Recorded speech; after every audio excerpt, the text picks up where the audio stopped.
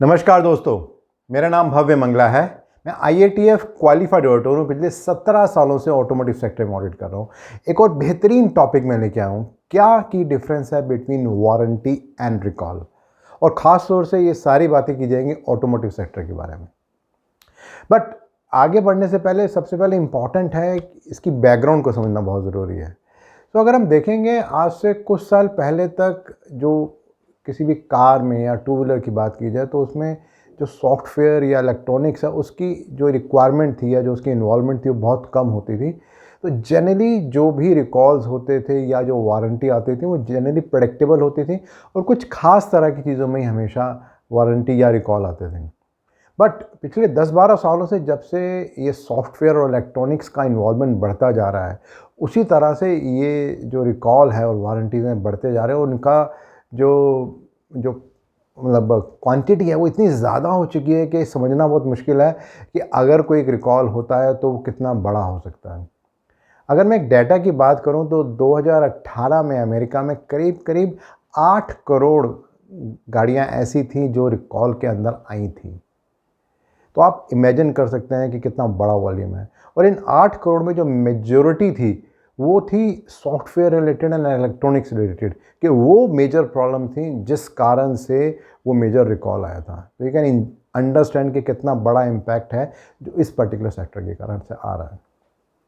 तो इसको समझना बहुत ज़रूरी है कि ये वारंटी होता क्या है, रिकॉल होता क्या है। तो जब हम वारंटी की बात करते हैं तो बेसिकली हम बात कर रहे हैं एक एग्रीमेंट की जो कि मैन्युफैक्चरर में और बायर के बीच में होता है कि इन केस अगर इस प्रोडक्ट में कोई प्रॉब्लम आई, कोई इशू आया तो उसको या तो रिप्लेस किया जाएगा या उसकी सर्विस की जाएगी। तो उसको हम जनरली वारंटी बोलते हैं। तो अक्सर आप देखते हैं जब एक आप कार ख़रीदते हैं और आपको लगता है जब आप कार को यूज़ कर रहे हैं और देन यू रियलाइज़ कि उसमें कुछ आवाज़ सी आने लगी है, तो आप सर्विस स्टेशन में ले जाते हैं। वहाँ जाके पता लगता है कि शायद शॉकर में कुछ प्रॉब्लम थी और चूंकि वो वारंटी में होगा, मे बी 1 साल 2 साल 3 साल जो भी हमारा एग्रीमेंट होता है, तो वो शॉकर को रिप्लेस कर देगा। तो वो जनरली हम वारंटी की बात करते हैं।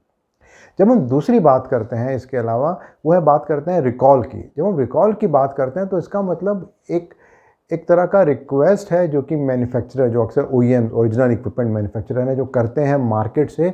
कि इस पर्टिकुलर डेट से इस पर्टिकुलर डेट के जितने भी व्हीकल्स हैं उनमें एक पर्टिकुलर डिफेक्ट है, तो आप चाहें तो उन सबको हमें वापस कर सकते हैं या कोशिश कीजिए जल्दी से जल्दी सर्विस सेंटर में आने की, वहाँ पे उस पार्ट को हम रिप्लेस कर देंगे।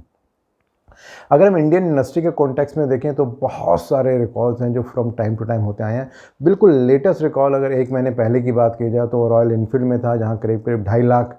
व्हीकल्स थे जो ना केवल सिर्फ इंडिया में उन्होंने बेचे थे, इंडिया के अलावा अलग अलग कंट्रीज़ में भी बेचे थे। उन सबको उन्होंने रिकॉल किया क्योंकि शायद इग्निशन कॉइल में कोई इशू था जिस कारण से कुछ आग लगने की या कुछ और मैन्युफैक्चरिंग की दिक्कत आ सकती थी। अगर हम वारंटी की बात करें तो इसमें एक और भी वर्ड यूज़ होता है, नो ट्रबल फाउंड। अक्सर ऐसा होता है कि जब वारंटी की पीसेस रिजेक्ट होकर वापस आते हैं OEM के पास, OEM से सप्लायर के पास, तो कई बार पता लगता है कि वो ठीक से काम कर रहे हैं और किसी भी कारण से शायद उनको रिजेक्ट किया गया था, तो उनको नो ट्रबल फाउंड NTF भी बोला जाता है। डिफरेंसेस के बारे में बात करने से पहले इस बात को अंडरस्टैंड करना बहुत ज़रूरी है कि जनरली क्या क्राइटेरिया रहता है रिकॉल्स का और वारंटी का, क्या मेन रीजंस रहते हैं कि क्यों ऐसा होता है, उसका इम्पैक्ट क्या होता है और क्या कर सकते हैं उसके लिए।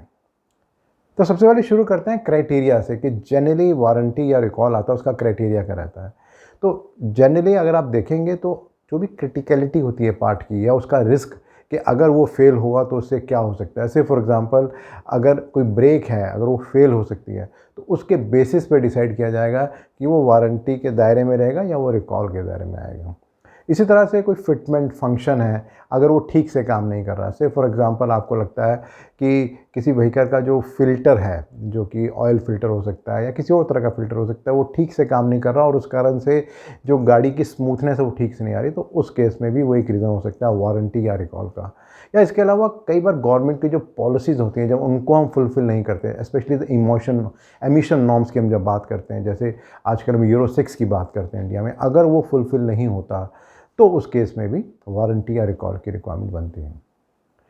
अगर हम बात करें क्या जनरली मेजर एरियाज आज के टाइम में आ रहे हैं जिसमें मेजर वारंटी या रिकॉल की बात हो रही है, तो उसमें सबसे ऊपर सॉफ्टवेयर है, उसके बाद इलेक्ट्रॉनिक कंपोनेंट्स आते हैं, देन उसके बाद फिटमेंट और फंक्शन, ये कैटेगरीज आती हैं जिनमें जनरली फेलियर्स आते हैं और उस कारण से रिकॉल या वारंटी की सिचुएशन बनती है। इस बात को समझना और भी ज़रूरी है कि क्या मेजर रीज़न होते हैं, क्यों ऐसा होता है कि वारंटी और रिकॉल आते हैं। तो अगर देखेंगे ट्रेडिशनली वही सब पुराने रीज़न होते हैं, जिसमें सबसे पहला और सबसे इम्पॉर्टेंट होता है 4M change, man, machine, material, method. वो एक सबसे की रीज़न आज भी है कि जिस कारण से कोई भी वारंटी और रिकॉल आता है। दैन अक्सर ऐसा देखा जाता है कि कोई भी जब नया प्रोडक्ट डेवलप किया जाता है तो उसके डिज़ाइन में कहीं ना कोई फॉल्ट होता है, उस कारण से भी अक्सर ये सब फेलियर होता है। दैन थर्डली एक बहुत इंपॉर्टेंट रीज़न होता है कि जो प्रोडक्ट का वैलिडेशन होता है वो शायद बहुत एब्यूसिव कंडीशंस में नहीं किया जाता, जिससे हमें पता लगे कि एक्चुअली में जो रियल कंडीशन होंगी रोड पे वहाँ पे क्या होंगी, और वो भी एक रीज़न होता है जिस कारण से फेलियर होता है। दैन इसके अलावा एक बहुत कॉमन रीज़न अक्सर देखा जाता है कि जो टियर 2, टियर 3 उनका जो मैच्योरिटी लेवल होता है with respect to product quality, और अंडरस्टैंड करने के लिए कि उनका एक छोटा सा पार्ट, एक वॉशर, किस तरह का इम्पैक्ट या कोई ऑयल सील किस तरह का इम्पैक्ट फाइनल प्रोडक्ट में ला सकता है, वो भी एक बहुत बड़ा रीज़न होता है जिस कारण से होता है। And then specially developing countries में जो कैजुअल वर्कर्स का जो रोल है, जो बहुत ज़्यादा क्वांटिटी में होते हैं, जो अक्सर बहुत चेंज होते हैं, वो भी एक रीज़न रहता है जिस कारण से फेलियर्स होते हैं। अगर बात करें क्या इम्पैक्ट रहता है इन फेलियर्स का, तो सबसे इम्पॉर्टेंट, सबसे पहली बात अगर हम करें तो सबसे पहले जो होता है वो होता है ब्रांड नेम, और जो कॉर्पोरेट इमेज कंपनी की होती है वो ख़राब होती है। ऐसे बहुत सारे एग्जांपल्स हैं। अगर हम लेंगे वैगन में जो एमिशन नॉर्म्स का एक इशू कुछ साल पहले आया था,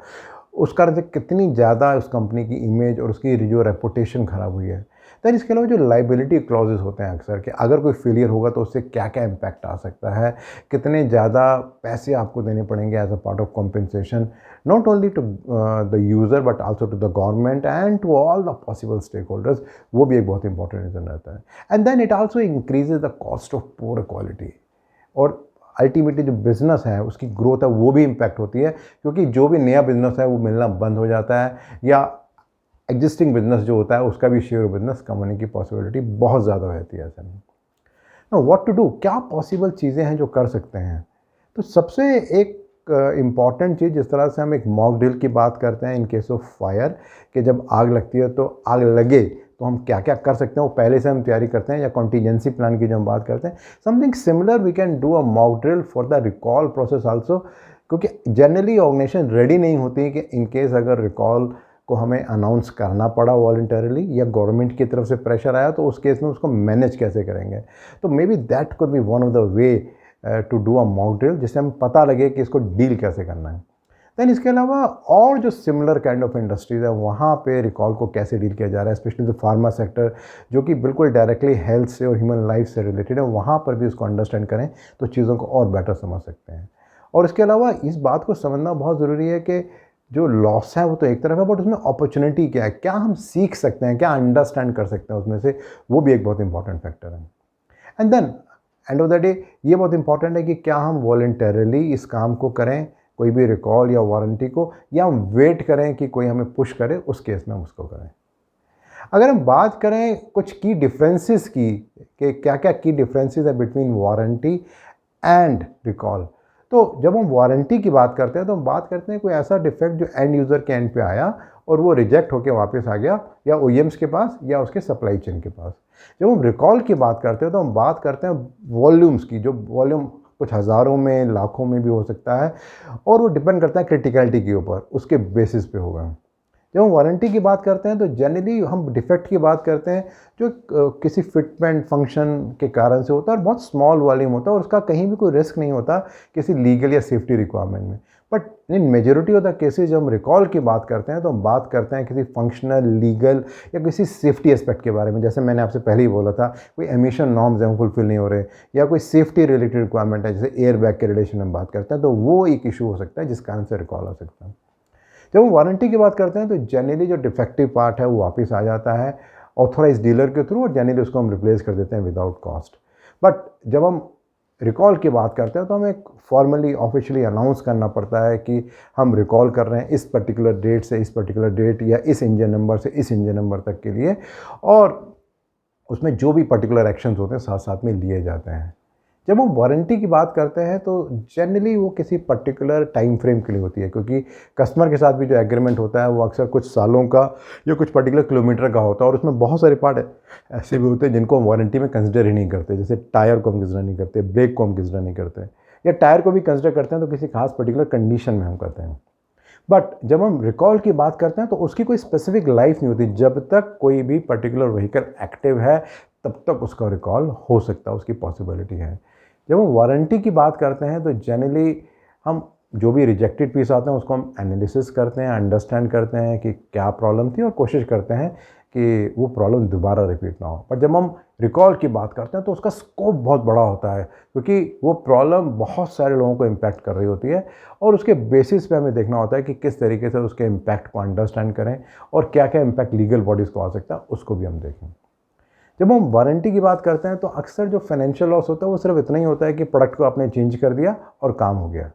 बट जब हम रिकॉल की बात करते हैं तो उसका जो रिकॉल की कॉस्ट है वो ह्यूज होती है, और वो सिर्फ कॉस्ट ही नहीं होती, इसके अलावा उसकी जो ब्रांड इमेज है उन सबको भी इम्पैक्ट करते हैं।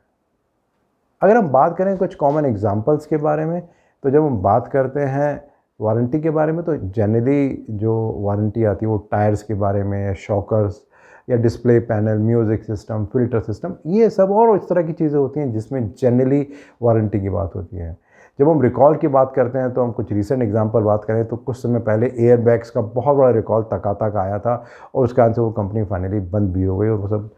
सेल होकर किसी और नाम से चली गई। या दूसरा एग्जांपल हम जो मैंने पहले भी आपसे शेयर किया था, फॉक्सवैगन का एमिशन नॉर्म्स का, जहाँ पे कुछ गड़बड़ थी उनके जो कंप्यूटराइज सिस्टम है, जिस कारण से लाखों व्हीकल्स को रिकॉल करना पड़ा था और बहुत सारा डैमेज रहा था रेपुटेशन को। अगर हम बात करें कुछ इंडस्ट्री के चैलेंजेस की with respect to warranty and recall, तो सबसे इम्पॉर्टेंट बात यह है कि अगर हम डेवलपिंग कंट्रीज़ की खास तौर से बात करें, कितनी बार ऐसा होता है कि जब रिकॉल या वारंटी की हम बात करते हैं तो वो नॉलेज में होता है with respect to all the stakeholders. Secondly, जो एक और इम्पॉर्टेंट बात है,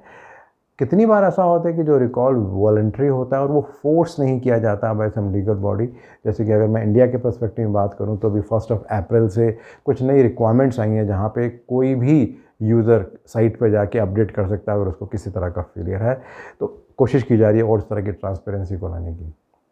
और तीसरी सबसे इम्पॉर्टेंट बात, कितनी बार ऐसा होता है कि जब भी इस तरह के फेलियर्स होते हैं वो उसको यूज़ करते हैं हम कुछ अनलर्न करने के लिए और कुछ लर्न करने के लिए कुछ नई चीज़ों को।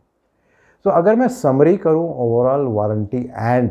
रिकॉल के बारे में, तो जो वारंटी है वो हम बात करते हैं कुछ लिमिटेड मिनिमम क्वांटिटी के बारे में जिसका इम्पैक्ट कुछ लोगों पे होता है और उसका कॉस्ट इम्पैक्ट बहुत कम होता है। और जब हम रिकॉल की बात करते हैं तो हम बात करते हैं कहीं पे कोई लीगल रिक्वायरमेंट, कोई एमिशन नॉर्म, कोई गवर्नमेंट की गाइडलाइन है जिसको हम पूरा नहीं कर रहे हैं, जिस कारण से एक बहुत बड़ी पॉपुलेशन इम्पैक्टेड होती है, हज़ारों लाखों लोग उससे इम्पैक्ट हो सकते हैं, कहीं पे किसी की हेल्थ को इम्पैक्ट हो सकता है, और उसका जो कॉस्ट इम्पैक्ट है, जो उसका जो इमेज पे इम्पैक्ट है वो बहुत ज़्यादा होता है। मेरा जो अगला वीडियो रहेगा वो रहेगा क्या की डिफरेंस है between pre launch, production and prototype control plan. Regularly आपके बहुत सारे फीडबैक आ रहे हैं, मुझे हेल्प कर रहे हैं अंडरस्टैंड करने के लिए आपकी क्या एक्सपेक्टेशंस है। सो प्लीज़ उसको आप कंटिन्यू कीजिए। इस पर्टिकुलर वीडियो को अगर आप और डिटेल में जानना और समझना चाहते हैं तो नीचे एक लिंक आपको मिलेगा, उसे आप क्लिक करेंगे तो एक ब्लॉग होगा, वहाँ पे और डिटेल में आप इसको समझ सकते हैं। अगर आपको लगता है कि इस तरह के वीडियोज़ और ब्लॉग यूज़फुल हैं और आपको बेनिफिशियल हैं तो आप मेरे यूट्यूब चैनल और मेरी वेबसाइट भव्य मंगला को सब्सक्राइब भी कर सकते हैं। धन्यवाद।